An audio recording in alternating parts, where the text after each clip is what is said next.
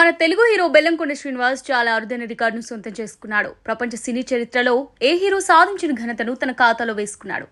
YouTube లో విడుదలైన Telugu movie Jayajanaki నాయక ఇప్పటి వరకు ఏ ఇండియన్ మూవీ సాధించిన విధంగా 800 మిలియన్ వ్యూస్ సాధించింది. బెల్లంకొండ సాయి శ్రీనివాస్, రకుల్ ప్రీత్ సింగ్ జంటగా బోయపాటి శ్రీను దర్శకత్వంలో వచ్చిన జయజానకి నాయక మూవీ ఆగస్టు 2017లో ప్రేక్షకుల ముందుకొచ్చింది.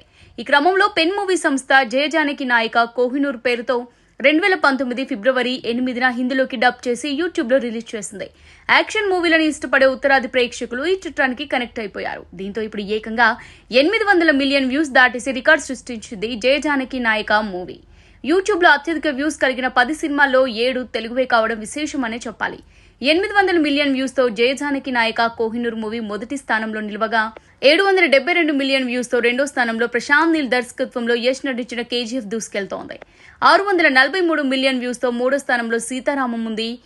తరువాత 4వ స్థానంలో 588 మిలియన్ వ్యూస్ తో నేను శైలజ మూవీకి రీమేక్ ది సూపర్ ఖిలాడి, 5వ ప్లేస్ లో 549 మిలియన్ వ్యూస్ తో ఆ చిత్రం, 6వ ప్లేస్ లో 549 మిలియన్ వ్యూస్ తో హలో గురు ప్రేమ కోసమే మూవీ హిందీ రీమేక్ దమ్దార్ ఖిలాడి ఉంది. అలాగే 481 మిలియన్ వ్యూస్ తో 7వ స్థానంలో అమితాబ్ సూర్యవంశం, 391 మిలియన్ వ్యూస్ తో 8వ స్థానంలో డియర్ కామ్రేడ్, 368 మిలియన్ వ్యూస్ తో సరైనోడు, మేడం గీతారాణి మూవీలున్నాయి.